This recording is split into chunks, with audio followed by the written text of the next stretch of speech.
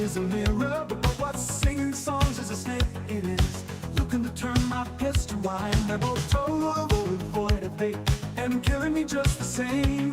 The snake behind me hisses what my damage could have been. My blood before me begs me, open up my heart again.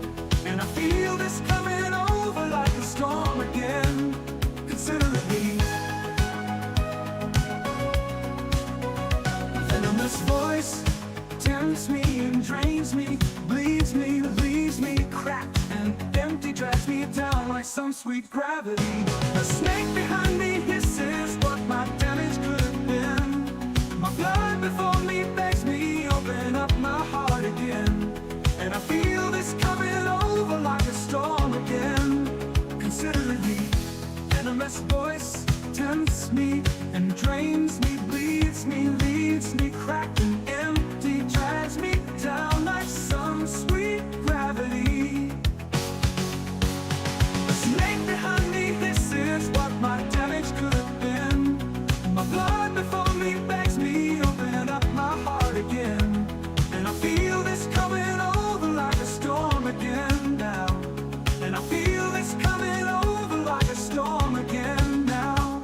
I am too connected to you to slip away, to fade away. Days away, I still feel you touching me, changing me, and considerably killing me. Considerably killing me. Considerably killing me. Considerably killing me. Without the skin here, beneath the storm, under these tears now, the walls came down. Once the snake is drowned, and as I look in his eyes, my fear begins to fade. Recalling all of the times I could have cried then, I should have cried then.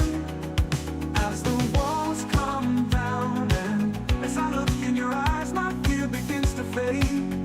Recalling all of the times I have died and will die, it's alright. I don't mind, I don't mind, I don't mind. I am too connected to you to slip away and fade away. Days away, I still feel you touching me, changing me, and considerably killing me. Considerably killing me, yeah. Considerably killing me.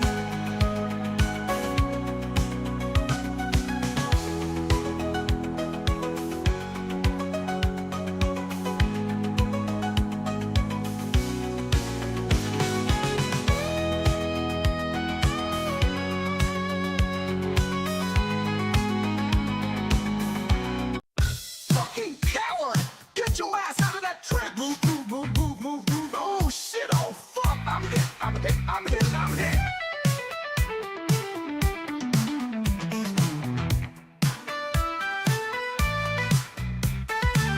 I can't remember anything, can't tell if this is true or a dream. Deep down inside I feel the scream, this terrible silence stops me. Now that the war is through with me, I'm waking up, I cannot see that there's not much left of me. Nothing is real but pain. Now hold my breath as I wish for death.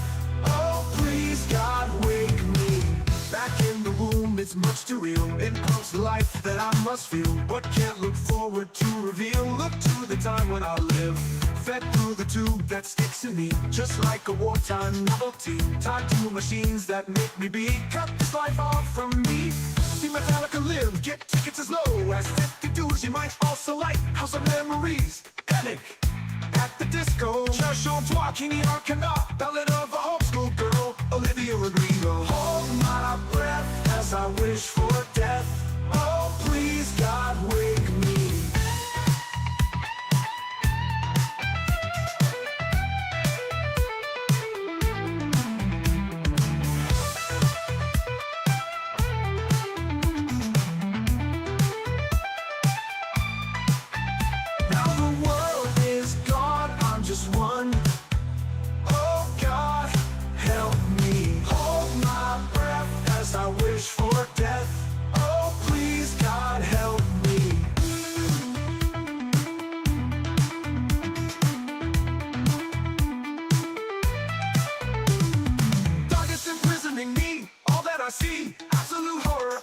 cannot live, I cannot die. Trapped in myself, body my holding cell. Landmine is taking my sight, taking my speech, taking my hearing, taking my arms, taking my legs, taking my soul. Left me with life in hell.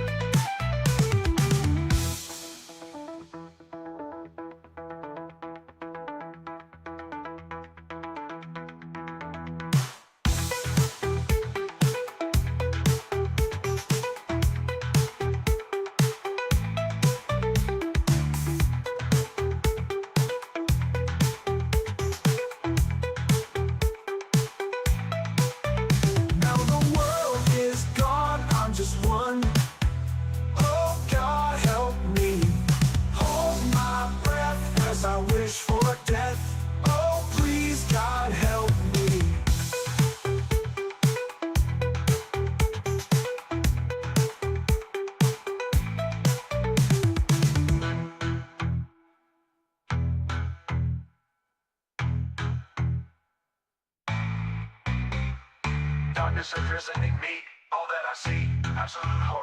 I cannot live, I cannot die, trapped in myself, body my holding cell. Landmine is taking my This is Console Wars, the card game. Featuring more famous video games than you can shake a stick at, Console Wars finally allows you to win a war you've been fighting and probably losing on the internet your entire life. Quit being a keyboard warrior with the warm embrace of anonymity to protect you. Now you and your friends can fight on the front lines, battling for incredible franchises, exclusivity, and eventual victory. Collect some of the most famous video game franchises of all time. Protect them with loyal and frighteningly dedicated fans. Brave the volatile video game industry and claim the ultimate victory in the console wars. Your favorite video game making mega corporation needs you. Enlist today. Head to consolewarsgame.com. Pick up a copy of Console Wars the card game, outshine your rivals, and prove that your platform reigns supreme. Out now. This is XboxEra. We're an independent, community-funded publication focused on providing the best coverage and discussion of your favourite platform, Xbox. With best-in-class forums, a kick-ass Discord server, and awesome merch, XboxEra.com is your destination for the best news, reviews, and features focused on what you care about. With shows like the Xbox Era podcast, headlines, and a whole heap of Patreon-exclusive content, we're proud to be an independent publication completely funded by you. If you value having an outlet truly focused on your preferred place to play, you can become one of the cool kids by supporting us directly via Patreon. Just head to patreon.com/XboxEra. You get cool swag and awesome perks, and we get to keep doing what we do. Become a part of the best Xbox community on the internet and help us grow even larger. Thank you for your support. Everything XboxEra does is only made possible by the growing army of incredible Patreon supporters.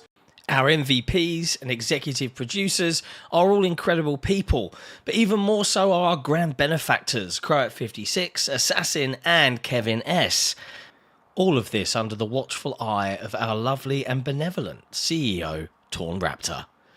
If you want to become part of one of the best communities on the internet, head to patreon.com/XboxEra, where your patronage can help keep us alive for another month.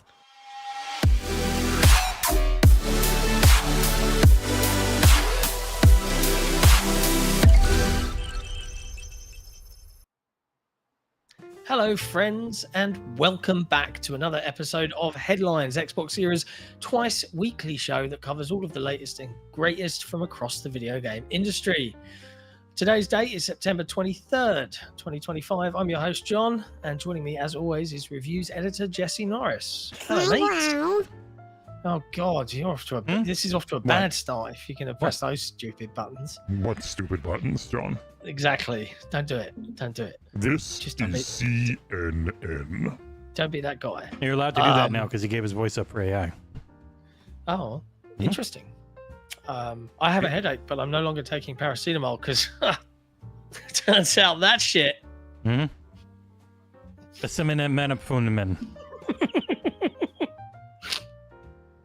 a new rule on the Discord server, in case anyone was curious. It is now rule number 14. It can only good happen. Yeah, I agree with it. It's lovely to see everyone again. Hello to everybody in the chat that's tuned in to watch. Thank you for being here. Do hit that like button as you arrive and continue to remind each other, because being liked is important. We need the validation as much as you need to feel good about yourselves. Plenty to talk about this week in news, but before we do that, just a couple of Xbox era focused content pieces. Yeah, since we last aired here. You've had a few things come out. I've only tentatively been involved with a few of them, but yeah, you've done a couple of reviews. What's available for folks to indulge in if they haven't seen it yet? Mamma mia, where do we start? Jeepers Creepers. So, Dying Light: The Beast, got that one out. Fantastic. It's shockingly different from Dying Light 2, which you wouldn't normally expect from an what had originally been an expansion for it, but then grew so big that they're like, hey, this is a $60 game now, unless you did do the Ultimate Edition of Dying Light 2, and we'll still give it to you, which is always cool. Just the best feeling Dying Light game. A series known for having very good parkour. This one feels the best. It's been interesting in some reviews. I don't know if they've played 2 recently, but this feels significantly better to move around in. It's like it's so smooth in ways that 1 and 2 weren't. And I think that did get lost by some folk. Another mostly PC review I did get, and it was very funny. I was watching Digital Foundry's podcast where they were talking about how unbelievably difficult it has been to do coverage on Xbox for them lately, because most of their coverage on games is at embargo. And Xbox codes have not existed for most major releases until launch, which I ran into with this one, where we did get a Dying Light: The Beast code, but then an hour in, it got delisted because the co-op wasn't working. And instead of just letting me play solo, they turned it off. Just in case anybody's listening, watching now, and wants to take this out of context, this isn't a review outlet complaining about not getting code. That's not what we're doing, because we got code. But it's just not for the version of the game that we would like to test for our audience. It was, but then so we were on their Xbox code list, which means we got it roughly 2 weeks later than everyone who had it on PC or PS5. So I had 2 days to do the whole review. And at that point, I was like, I really wish you would just give me the PC code, and then I could hop into the Xbox version, capture footage, make sure it runs well, all that type of stuff. Instead, I got the PC code an hour after they turned off the Xbox version and had to really rush. But I got through the whole thing, and it's real good. That review is out. There is also a review that just went up, even more positive, because I quite liked Dying Light: The Beast, but I and pretty much everybody loved Silent Hill F, which is shockingly great. I was not expecting it. There's a tone of surprise from a lot of outlets, like, oh my, this is actually really good, which is nice to see. Yeah, it's set in the 1960s Japan. A lot of the themes and things that go on in it are super spoilery, so it's one of those best, if you're interested at all, best enjoyed with knowing as little as you can going in. A mix of lots of story beats, lots of basic but still pretty fun lock-on combat. It is not a Souls-like at all, and real messed up and often gross out scary. Decent puzzles. They're not hard by any stretch. And the game does want you to go through it multiple times. So when it says start on story mode, it's not kidding. Because if you start on hard, you're just nowhere near strong enough to do anything. So it's very frustrating. So I do think... So does New Game Plus increase the strength of your character? You keep everything. You keep pretty much everything except for like key items. But like your character strength, your extra stamina, your extra sanity, your extra health, all that stuff you keep. And so you can actually manage to fight anything early on. And it looks incredible on PC, like the screenshots and the footage from your capture. I do wonder how it looks on Xbox. Supposedly the PS5 version is very good, so I'm going to get, and it's Unreal Engine 5, which generally runs better on Xbox, so I'm going to guess. Interesting. Still don't have a code for it, but I haven't heard any complaints about the Xbox version yet. So, okay. But yeah, that's really good game. That's a giant titty monster, and she shoots babies out of her. Yeah, she shoots babies out of her bottom titty. There, the cloaca. Of course. Yeah. Of course she does. But yeah, so it's a really gross game, but it's a really good one. Highly recommend. Awesome. Nice. And you also had a review since the last time we did the show. Well, Jumpspace came out as we were doing the show last week on Thursday. Like the embargo was the same time headlines started, so I was able to talk about it straight away. But yeah, that's out there. Right. Oh, that's right. Yeah, they were all at the exact same time. That's funny. Yeah. But I did help Gyozzo, aka Fairy Empire, with getting out his fantastic Sonic Racing Crossworlds review on Xbox. So if you didn't not see this, it's out there now. It's on the site. You can watch it in either video or read it in written form. Again, another scenario here where the publisher chose, much like 2K chose with Borderlands 4, to only give code for PC. It seems with Sonic Racing Crossworlds, code was only provided to outlets on the PlayStation 5 version, with Steam and Xbox becoming available. What's even weirder? At the point of early access. No, it's not even early. No. The code came out right after embargo. Embargo was 4 days before early access. It's really bizarre. And it really feels like it was some marketing thing. I don't know. Or it's the best version for them, the one they focused on. So that's the only one. Like, no PC, no Xbox until right after embargo. Embargo was up. Got it immediately. Yeah. Like, they didn't even put the preload up until embargo was done. But then that was many days before early access. And this is all Xbox footage, all captured. I captured a little bit of it as well, doing some two-player stuff with my partner. Yeah, I had I did a stream, I think, on, was it Friday? Yes. Just a quick hour to show it off for people because nobody had Xbox. It runs great. Yeah, it runs great. It looks nice. It's a really solid kart racer. It's kind of boring at low speeds and the initial speeds you unlock. Once you get the faster speeds, then the skill ceiling flies up and it's a lot more fun. He's I think this is footage at Sonic speed, which is like absolutely nuts. Or supersonic speed, I think it's called. But yeah, it looks great. So another this year has just been great video game after great video game. October is probably the busiest one yet. Yeah. And I tell you what, if you can, because you're controlling what people can see on the screen. I have raised this to our friends at Microsoft on the PR side. And I'm just asking the question, right? Because if you go to Metacritic on and look at any recent game release, this is prevalent for everything that's third party now.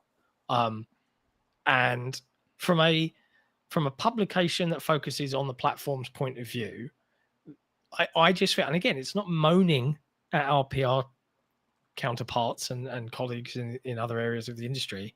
It's just pointing out a fact here, is that this is starting to cause frustrations for the audience that plays on Xbox. And, it's a dead platform.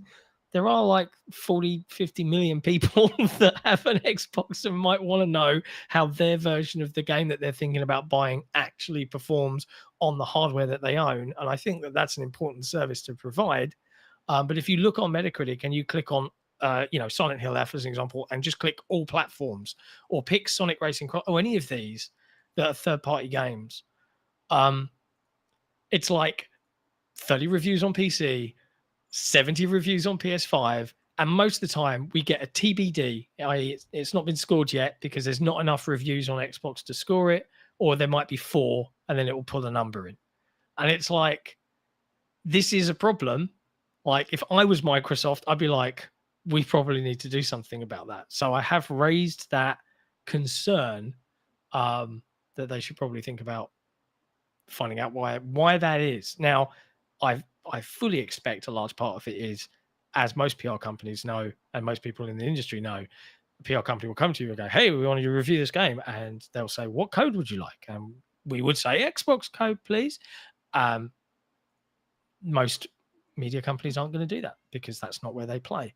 So, yeah, there is a hurdle there for Microsoft, I think, that they need to somehow figure out. But hey ho. Anyway, that's about it in terms of reviews and stuff. Although they're going to keep coming. There's more reviews coming and more features and things like that from this team. So keep an eye on things. And just a friendly reminder, you can install XboxEra.com and our forums as web apps to your phone's home screen. And they have nice little icons and everything for them because we're a modern front-facing company like that. Yeah, let's dive into the news. And the news headlines is all about Kojima Productions because they had a big 10th anniversary celebration where they showed off a little bit about Fizzant. I think just some concept art. They had Herman Hulst. Just the concept art, yeah. Herman Hulst turned up animated face.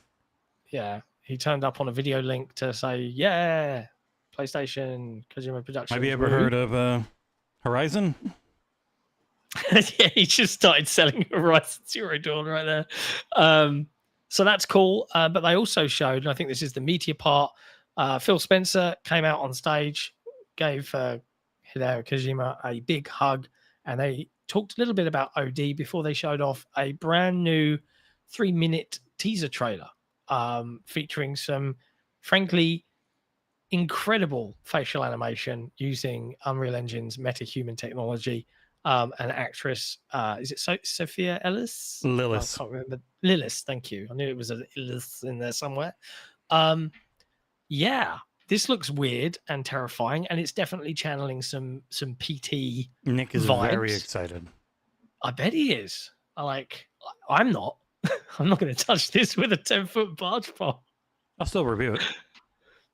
Well, this is where it gets interesting because I took the time out this morning when I wrote the news up to translate and type up some of the conversation between Hideo Kojima and Phil Spencer on stage to the audience. And he mentioned that, I'm doing this one and it's focusing on the fear of the knock. I.e., I presume what he's saying is there's someone at the door. Who is it? I don't know. But Jordan Peele's one is focusing on something else. So are we looking at, and it's not been stated like outright, but I certainly infer from that this is episodic in nature with different stories being told. So I'm guessing you have creators. short gameplay and then you watch a movie, probably. Whether Yeah, but he specifically said Jordan Peele's game is more. Yeah, I don't think. So his is first-person horror. I don't know that it has to be for the rest. I don't think every game controls the same. About. Yeah, but it does look stunning, and this is apparently in-game Unreal Engine 5 footage. Mm-hmm. Very much doubt it's running on an when Xbox, you're working with PlayStation, you probably go Decima. When you're working with Xbox, you probably go Unreal.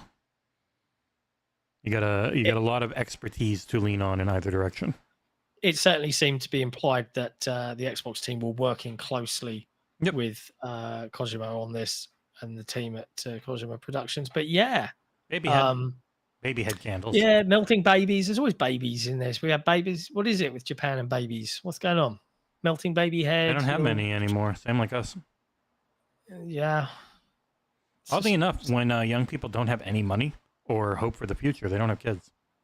Shock. Are you excited for OD? Are you all over this? Is No. this like exciting to you? No, I can't stand his writing. Look at the facial animation here. Mm-hmm. It is phenomenally good. Yep. Whoa.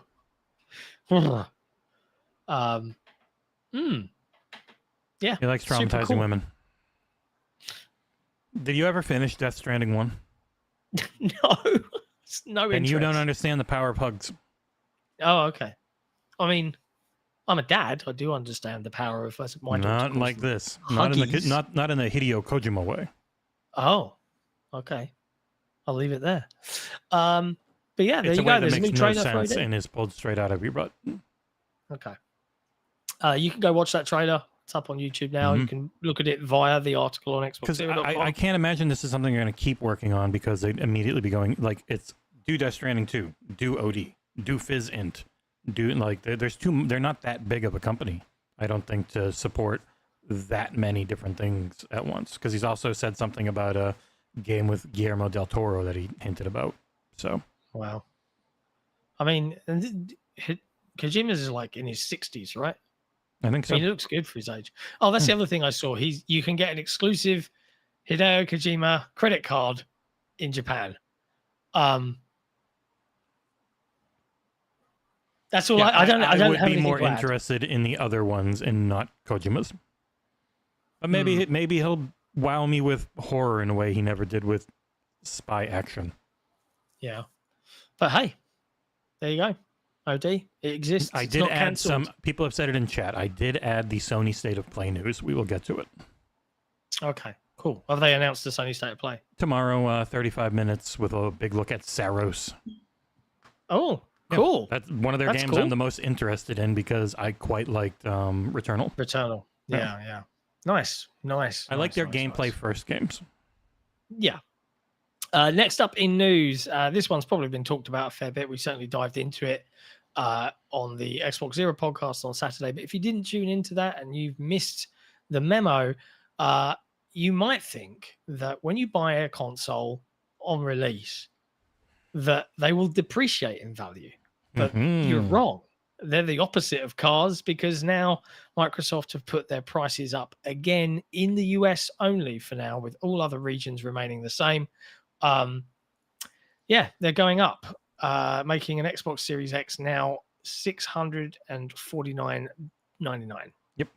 Exactly United States. 30% more or 33% more than it was at launch. Yeah. Everything went up 30 or 33%, which is what the tariff rate on toys is. Yeah. But don't worry. Don't worry about that, folks. It's definitely not a problem, he says sarcastically. It's not good. I think it's awful that they're doing this again. There's no, like, we understand the business reasons for it. We know that the economy's fucked. We know that the tariffs are screwing over companies. And we also know, yes, Microsoft, $4 trillion Microsoft can afford to subsidize more and swallow that cost, but they don't. Yeah, They none won't of them do will. it. None of them will anymore. No, like once Nintendo has exhausted its built-up warehouse supply of Switches next year, especially, I would really expect the Switch 2 to go up. They've already had every accessory that they don't stockpile as much go up. There's no reason to think it won't also go up because, like, Microsoft is a build-to-demand company, and they don't stock up 3 months of supply in warehouses like Sony and Nintendo do. So that's why it took Sony 3 months to raise their prices in the US because they had exhausted their supply. So yeah, it's okay though because Mike Ybarra, ex-Blizzard president and Microsoft alumni, says that tariffs were used by Xbox as an excuse to continue raising prices. They are profit issues, not tariff issues. And the reason why profits are not where they should be is a far, far deeper issue versus the tariff excuse. That's what Mike Ybarra thinks. So, no longer in the video game industry. yeah. A little bitter know- because supposedly he was pretty much told you're never going to move up in this company. Left Microsoft, went to his dream job at Activision, and then saw Activision, saw everyone there hate him, and then Microsoft buy them, and then Microsoft probably fired him. Maybe allegedly. Allegedly, supposedly. That would make one pretty he's- bitter. He's followed up with an excuse to continue raising prices with no new increase in tariffs is simply a different problem. Are they going to make consumers continue to pay for those problems? And therein lies the rub, right? It doesn't matter how sensibly or, if I put a business hat on and go, yeah, why should I sell that for a loss? Like, that's a perspective I can understand. But as a consumer, I'm also like, yeah, fuck these guys. Like, that's ridiculous. It's a ridiculous increase. Mhm. Like, we've never seen that before in any generation of hardware ever. What does it mean for future hardware? What does it mean for the upcoming handhelds from Asus and Xbox? What does it mean? We don't know. Nothing. They're PCs. They're immune. Well, this is the interesting part. Consoles are nothing. not counted within PC hardware. And I should say should means nothing, but you never know. So they technically, when they're imported, don't face the same tariff costs as video game like consoles, which I think are counted as a toy. Yes. So video games are under the toy category. Anything that's an actual PC or like smartphone, they got exempted because of Apple mainly. They gave him a nice trophy, had a golden base and everything, if you remember. That worked. So Yeah. the hope, the wish, if next generation is also a Windows PC, they can get it classified as that. That means no tariff on it. But by then, who knows? Who knows what he will have done? Yeah, who knows? For now, Who knows what's going all on. all the consoles are toys, and the toys get hit with the full thing. Yeah. It's Nothing's going to be frustrating. cheap next generation. Like the Switch is a lot more expensive than it should be if they were going to actually subsidize it like they did the Switch one. It already Yeah. started there. Like it's already $450. It's just going to go up. I read a report about it was like a new breakdown. I'll have to try and remember where I read this, but it was basically a new breakdown of the demographics of the people that play games, and it was US focused, but it was effectively like the average age of a gamer is 36, and it broke down by platform where these different age groups, Was Gen that Z, Gen Alpha, all the of Dring one in? Oh, association? maybe I That's read the it second, on the That's the game second business. part of this news thing. It's right there. Our game Oh, console look at sales that. in Isn't that crisis. convenient? I segued without even intending. It was very to segue. good timing by Mr. Dring on his article. That I know people lose their shit on him because tweets and whatnot, but the article is good. Yeah. There's basically, it's like if you look at the market, there's a moderate shift according to Ampere, where console players aged between 25 and 44, we're in that older range now. Yep. And it's hardware pricing is a big factor. Younger gamers are playing on mum and dad's device. And obviously younger people particularly, streaming and they're watching TikTok and whatever. So yeah, Chris Dring's put out this article on the game business. We'll link it in the chat for you. But nutshell, it's like, well, what's going to happen? And like, this is the thing that nebulously people don't get. The people that adore playing on a video game console are always going to buy it. But the big, broader problem for a lot of these big companies that make these devices is that group of people is dying out. Like the younger generation aren't coming in and replacing them with more further and We're all getting excitement for these COVID. devices. So like, what do? And yeah, Microsoft typically in many aspects always seems to go first because they're a very data-driven company and they analyze and then they make a decision. And oftentimes, in fact, more often than not, they go too early and people aren't ready. Well, and the reality is for what the actual market is right now, they're late. Like everyone's late on what the market is. It shifted years ago, but you can't shift too fast for your core audience who they'll go, but now they're at the point now where they know the core audience isn't going to leave. Like the core audiences are set in each place and it's not worth trying to yoink them away. So you need to go where the new audience is, and that's mobile and PC. Like this PC's paragraph, growing 35% this year, I think. something like that. But like this paragraph is particularly interesting. Like last year in the US, 12 million console units were sold, the lowest figure in 8 years.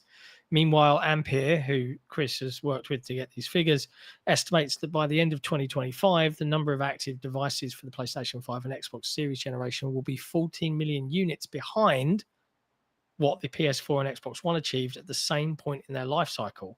And the company estimates that that gap will widen to 20 million units by the end of 2026. So every year that progressively goes by, the older people, like I know people at my age that have grown up. We've all been playing games together, and so many of them have fallen off and occasionally dabble now.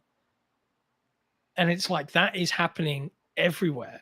And the big problem is that these new users, like my son, I know it's anecdotal, right? And I know it's worthless as a data point, but I was talking to him about how much he shouldn't play Roblox and he should play other things. And I said, have you heard about Wobbly Life, which is a new kids GTA that's out on Game Pass? It's out everywhere, I think, but it's on Game Pass. It was just left early access on Steam, all of that jazz.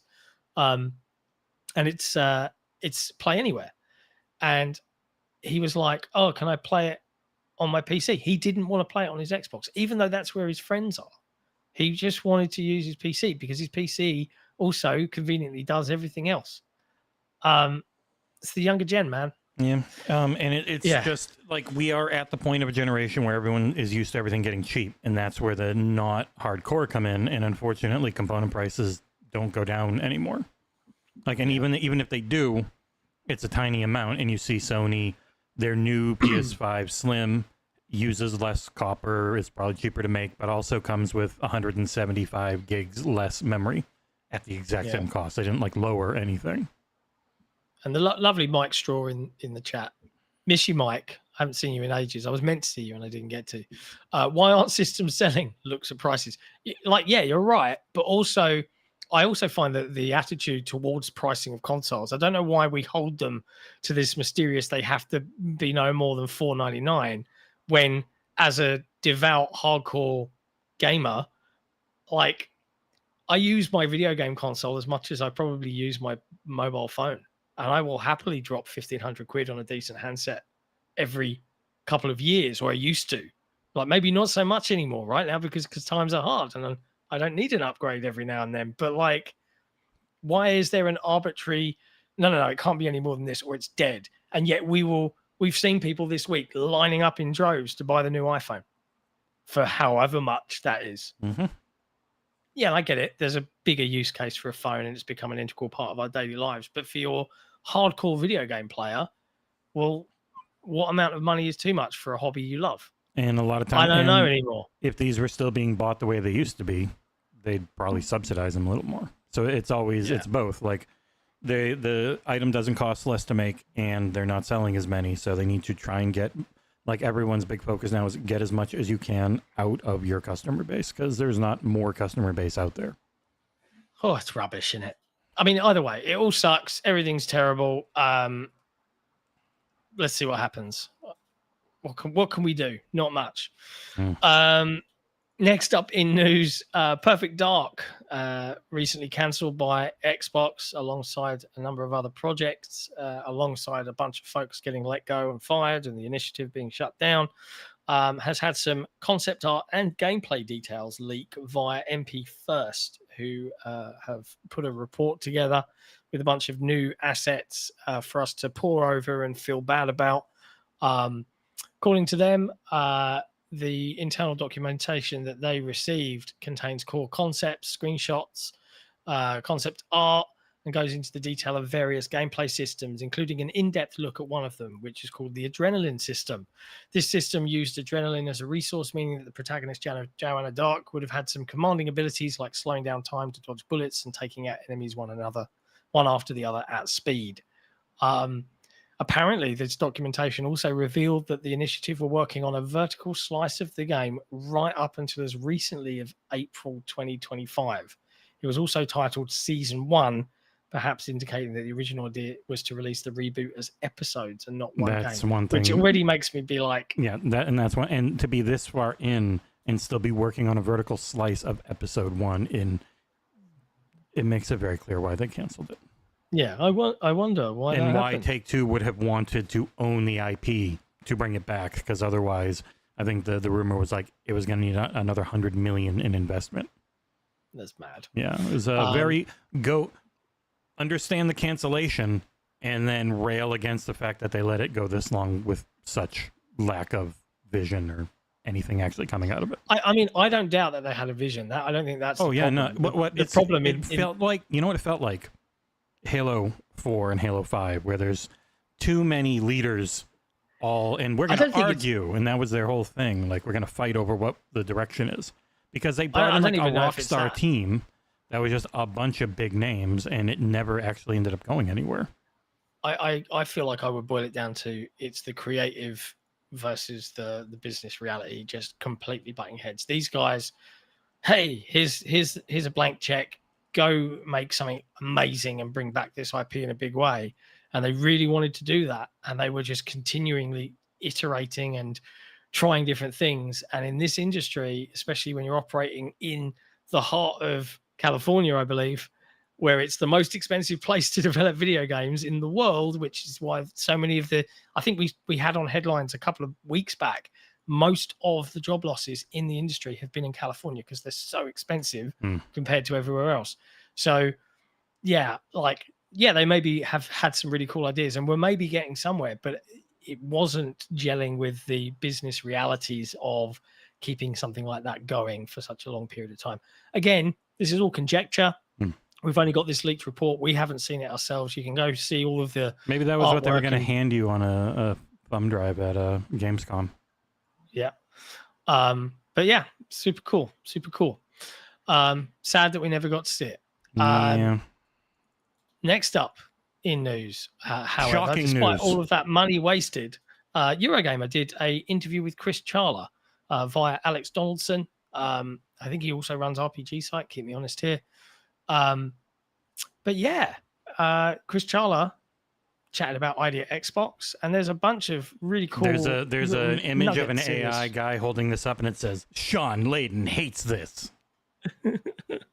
But yes, there's a cool piece from Alex over on Eurogamer. I will link it in the chat, and there's some interesting comments and quotes from Chris Charla, who obviously is one of the founding fathers. Sounds like this, oddly enough. No, it doesn't. Mhm. It definitely doesn't. But yeah, some years, you get a kind of deep insight, and Chris has shared a bunch of info here.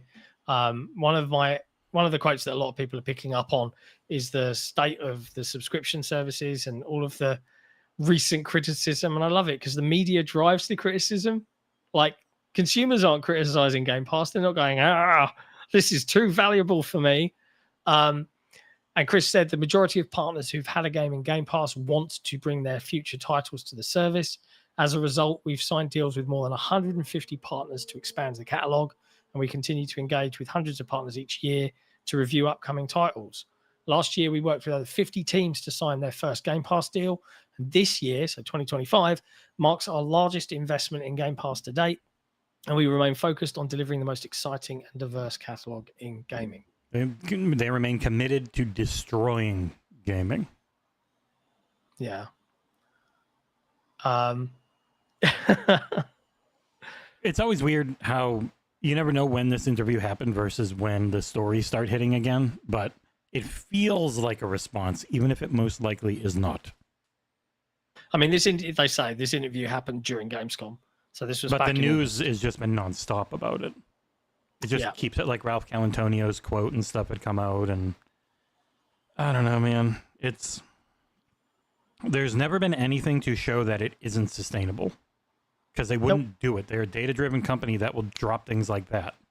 Yeah, that's what I don't get. And when you see all the repeat customers, that's when you know, oh, it must work for them. They don't have to use this. Like, it's not free. They're not just giving their game away.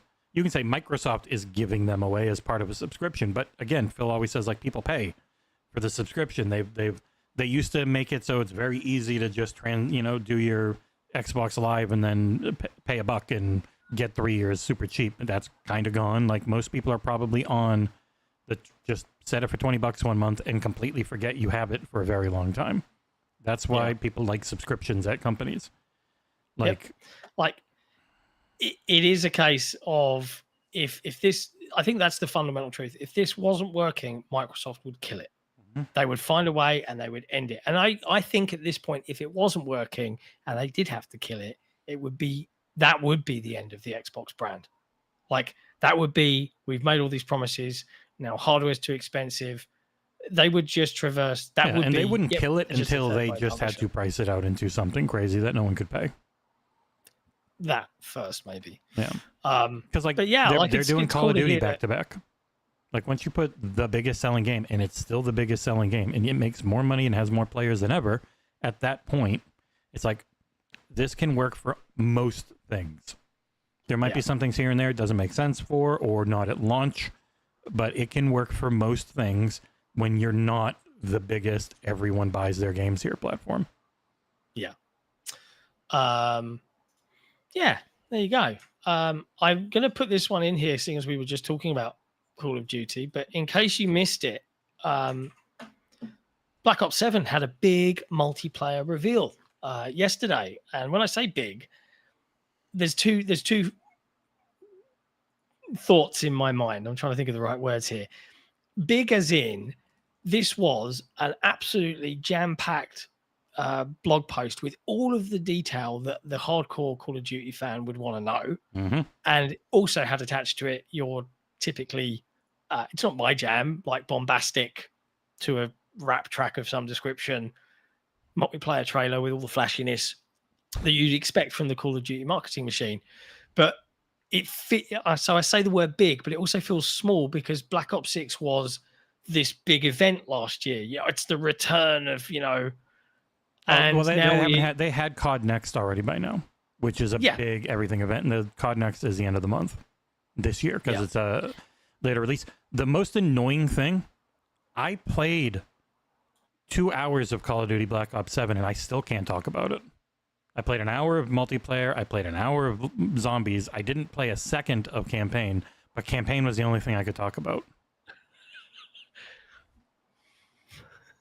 It's like I keep seeing people talking about it. I'm like, I'm really close to replying and saying, "Oh no" or "Oh yes," and I'm like, "Oh shit, I can't say a word because still not allowed." You be quiet, lest we anger the gods. It's every year. It's once Call of Duty Next happens because that's when. Because also, like, I'm sure the build we played in August 3rd or 5th or whatever it was is, alpha, pre-alpha, who knows, compared to what's going to be a Call of Duty Next and what they show off and all that. But yeah, like the whole overclock system, the wall jump, all that stuff, not having the tactical sprint and all that by default. It is, and everyone's like, oh, it's just COD. It's the same thing every year. And then the people who really play it are like, nope, it is definitely not the same overall thing every year. It actually changes quite a bit, and it's really heavily dependent on maps. Whereas a lot of the COD Blops 6 maps that came in, people just weren't huge fans of because they were hard to read lanes and all that. So improving that type of stuff makes the people who actually play the game really happy. And I see so many get really mad about skins when the reality is the people who play the game buy them. That's why they exist. Like the ones that went too far, because Call of Duty's had all the weed stuff and all the dumb shit for a really long time, were the tune skins, which aren't going to come into this next one, which I think they realize, like, okay, that's too far. But as far as everything else goes, like, it really feels like most people who try to dominate conversation on Call of Duty don't play it. No. I have to admit as well, that weird, like, it looked like the gravity was weird in that map there, because it was like... Which one? They were floaty almost. I was like, really reminds me of a Halo 4 map. So they showed there is like a super jump ability, and there's but the wall jump thing sure looks like you can go pretty far in specific directions based on that video when you do it. Yeah. It looks nifty. Like, as a multiplayer, I'm like, yeah, this looks kind of cool. I think there is this weird conversation happening online right now where it's like, it's not milsim enough. It's not serious. I don't want all this future shit. And I'm like, it's Call of Duty, man. It's like, it's dumb popcorn movie fun. Like, it hasn't been, it's never been milsim. It was always arcade military. Yeah. But I think it looks kind of fun, and I look forward to checking the game out. I'm equally as excited to play Battlefield 6, just like I'm equally as excited. They are very different games as well. Yeah. But yeah, I'm also super excited to play more of Arc Raiders, which is coming back, and it's getting a big server test on all platforms for everybody to just go in and hammer the damn thing. Before it releases as full launch, I think on October 30th. So on the 17th of October, same day as Keeper's coming out, it's going to go live. It's a massive test beta thing for people to just go back out and try it out. Now, I look at this game and I think, obviously, its beta going live at the same time as the Marathon beta worked wonders for it, because the conversation around the two titles was night and day, considering they're both extraction shooters. But now they're going up against and jammed in between Battlefield 6 and a new Call of Duty. I'm like, how dedicated is the audience for this? Are they going to show up and Can I just yell at Xbox to stop it in October? They just added another 9th day one small Game Pass game called Super Fantasy Kingdom. Oh, for God's sake. Fuck off. God damn it. That's 9 day one games next month. Why? Yeah. Why? And I want to play a lot of them as well. Yeah, I know. Like, and almost all of them. Arc Raiders Play Anywhere, just like the finals. Yeah, which is really good. It just became it when they put the pre-orders up. Delighted. Yeah. So, yeah, if you're a big Arc Raiders fan, there's a test coming. You can check out the details on XboxEra.com. Anyway, moving on to other news. Sony have announced the return of another State of Play coming tomorrow, September 24th at 2 p.m.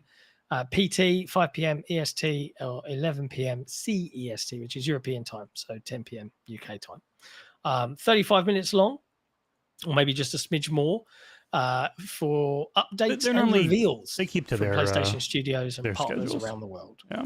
Sorry, say again? They keep to their schedules pretty well. Yeah.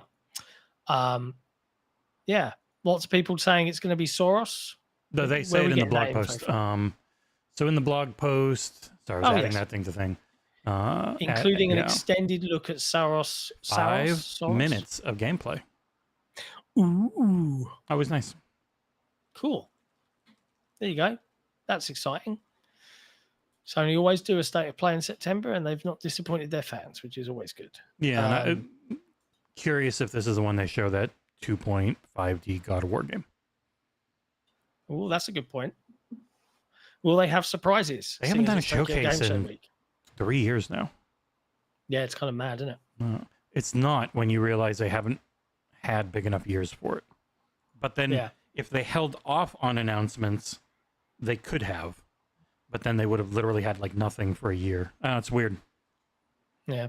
Slide away in the chat. Isn't Wolverine rumored for this one? Wolverine was rumored by Tom Henderson as potentially being there, but if not, at some point, so probably Game Awards. Yeah, that makes sense. I think Game Awards. We'll see. If it's not if it's not tomorrow, then Game Awards. Yeah. Next up in news, Pocket Pair have announced, and this one makes me giggle a little bit. They've announced a cozy spin-off of Palworld.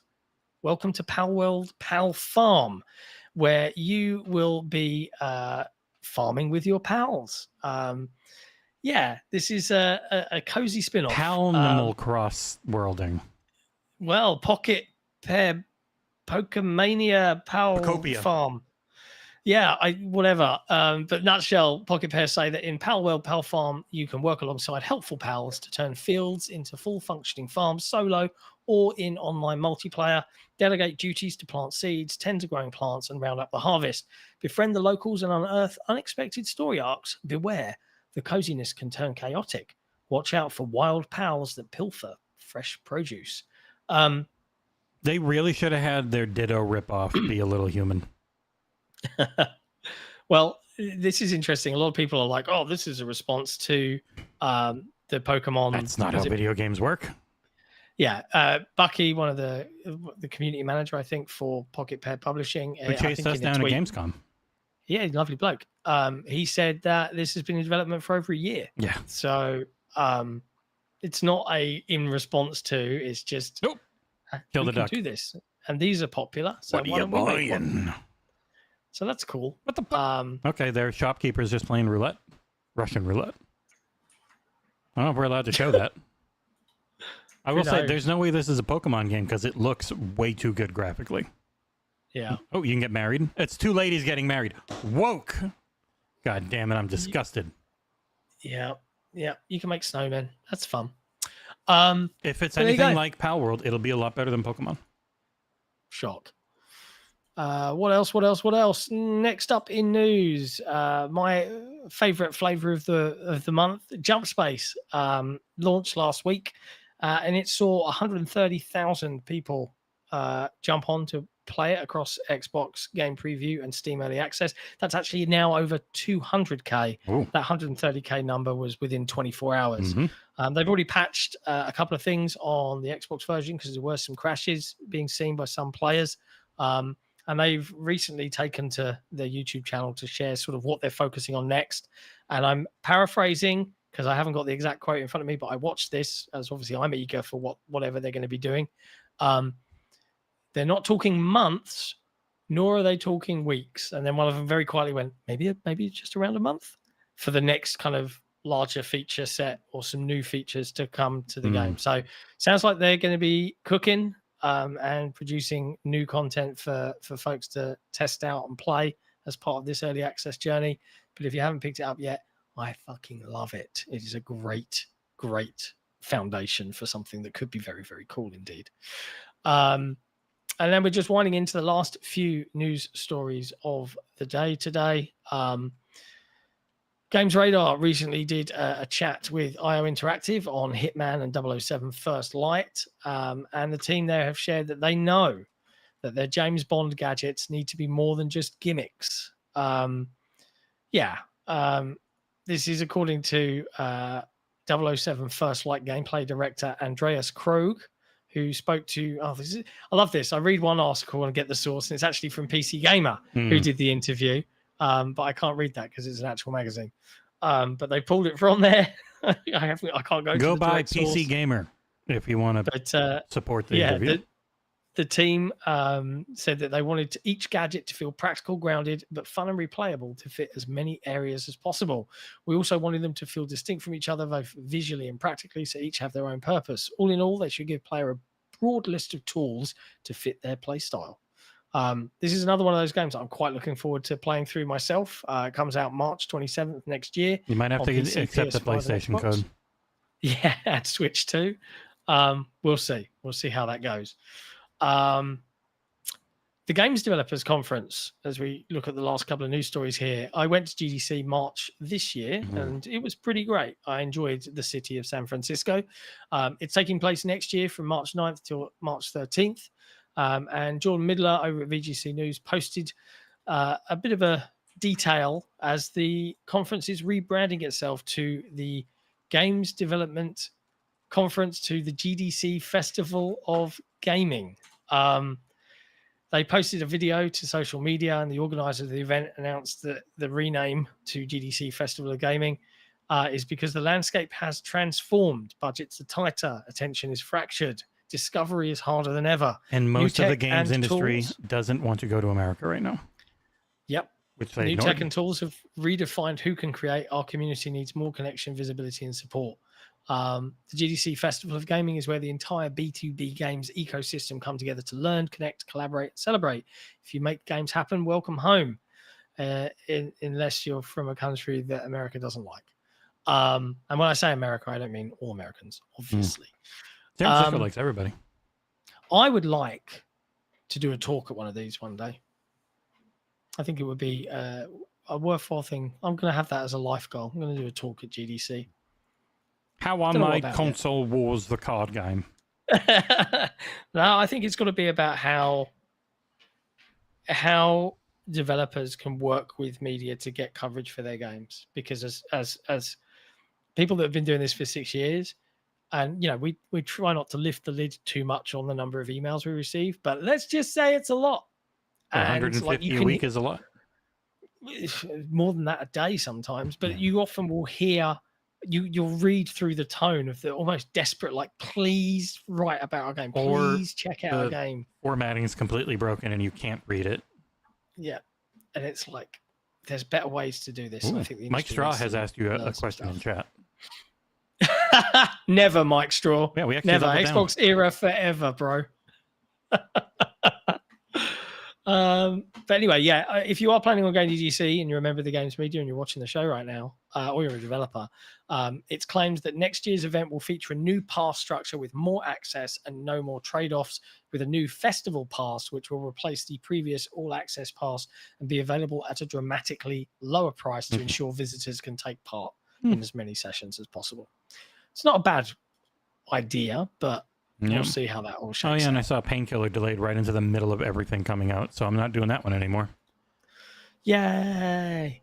And then lastly, on the PlayStation side of things, the PlayStation blog have put up a FOMO merch. It's the one Oh, thing they've cool. gotten out of buying Bungie, who did this with Destiny raids, where if you beat a raid, you Oh, could buy God. something expensive now. If you get certain trophies in certain games, you can go on their website and you can spend $30 on a t-shirt and $13 on shipping. Or you can buy a pin, but only if you get the associated trophy on your account.